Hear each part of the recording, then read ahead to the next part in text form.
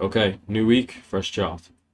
Now, last week that we were bearish. I was very much bearish. We were talking about shorts in this area and we're expecting this low to go. Now, we haven't lost that low just yet. Still expect it to go. But I'd like to talk a bit more now about what we can expect when that happens or if it happens, of course. There's no guarantees. We're not in the predicting game, we're in the reacting game. Now, if that low does go, what could we be looking for? Well, yes, we've been bearish. We're looking at lower lows, lower highs. But what happens when we zoom out even more? We're just looking at this area here. We're literally looking at the past few months. What happens when we zoom right out? What does that look like to you? Looks bullish, right? Exactly. So let's consider the larger macro structure, okay? And let's also consider a little bit of fundamentals. So if everybody's bearish, and it feels like everybody's bearish, I don't know if that's just my perception, but it feels like everybody's expecting new lows, recession, just chaos and Armageddon. And for me, that's really exciting when you think of opportunities. So let's look at this structure now, and let's add on some analysis. Now, this high, for me, is very much interest because you can see that we started forming this bearish structure, similar to what we're doing right now. Started forming this bearish structure, lower lows, lower highs, and then you broke the previous high. So that was the high. That was the high that took out the previous low. That formed the new low. So this was a strong high. What happened? That high took out the previous high. Therefore, demand was very much in control. They broke that high, and then they formed a new bearish structure downwards, and they broke that low. So why is that significant? It's significant because not only did this indicate that demand was in control, but supply retook control and broke this low. Okay, so that's showing a flip from demand into supply, and that formed a new low. Okay, so that must have taken a lot of effort to do that. Okay, now what have we done? We've also broken that high again. Demand has stepped back into the market. Okay, now since breaking this structure here, if we look at that swing range from this low to the most recent high, you find the 50% mark is around here. Okay, so we're looking for longs in discount. We want discount longs. Okay, now we do have a mitigated demand zone here. Very nice one. You can see you got 1, 2, 3 taps there. I'll talk a bit more about those in a second. But you also have another one down here, which is just below a nice gap.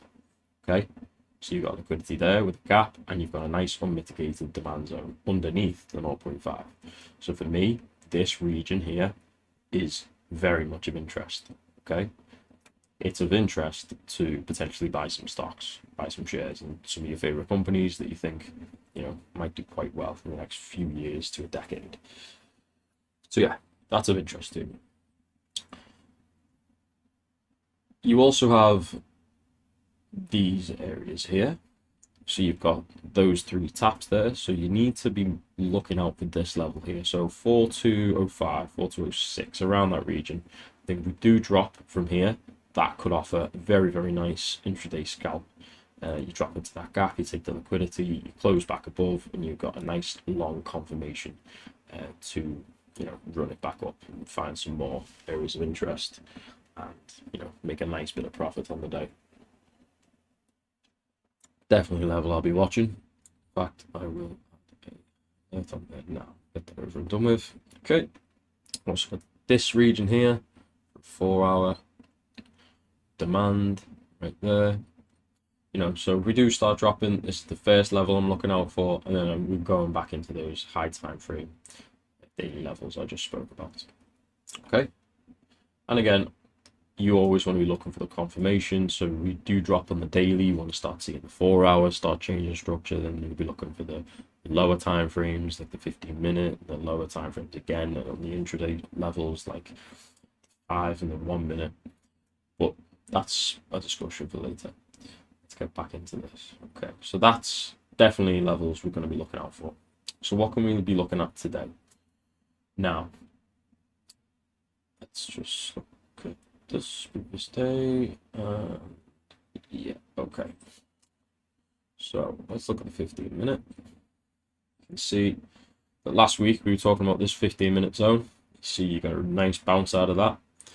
And then you eventually came back down and you started retesting this lower 1 hour demand zone that I had mapped out from a few weeks back.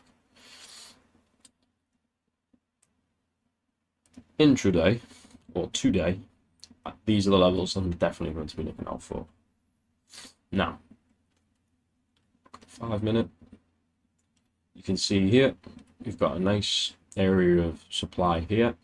You've got a VWAP close, and you've got some highs here with a little gap. So potentially, if we do move up past daily open, obviously I'll be watching daily open, you'll be looking out for this VWAP here, take the liquidity above it potentially, and maybe grab that area of supply right there. So these are levels I'm definitely watching on the day. These are literally just the current 15-minute swing range we're in.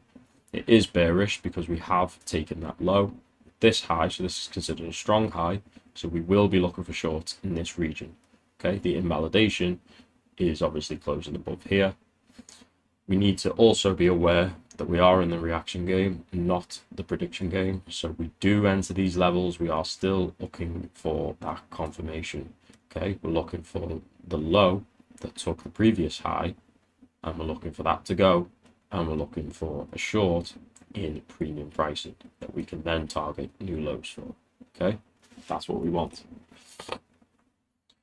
There may be a scalp to be had around these regions. We are coming up to London Open, so definitely watch Daily Open. I now have an alert on there for every interaction it has with it. This is UTC Open. I also just added these trade windows in. So I have a little prompt before London kicks off, and I have a prompt before New York kicks off. What else have we got? Day high, Friday low. We don't need to worry about them. And we've got this T-Park up here, so there's time for me to control. So if we do break above this level and we start making a nice move up, you know, we could be looking for this area here. We probably have some nice other regions here for resistance. You know, definitely levels to watch out for. But for now, you know, we're in the day trading game at the minute, so I'm interested below because I expect below. I don't expect too much on the upside unless we get some sort of news. If you check out the news, I think we do have some earnings coming. So you look at, yeah, I'm sure I saw something about earnings. Yeah, so you've got US futures rise ahead of big tech earnings. They're probably coming soon. Nvidia seen as main support for the S&P earnings. You know, could be something if earnings go well, but we'll see. Again, I'm really not in the fundamental game. I like to understand the larger macro ideas, but you know, I'm not really bothered about earnings. I just want to see levels. I want to see the reactions. I want to see my confirmations, and I'll trade accordingly. And yeah. Back down to these. This is what I'm looking out for today. What I'm looking for today. Let's hopefully get a nice move into these levels, see the confirmation, and then we can trade down. Okay. Obviously, beware of this gap. But if we are coming down to this gap, I would not really be interested in longs too much because you are looking at that Friday low, and you're also looking for this low here as well, which is the one we're expecting to eventually leave us. Yeah. Trade safe, stay healthy, make sure you journal. Thanks, guys.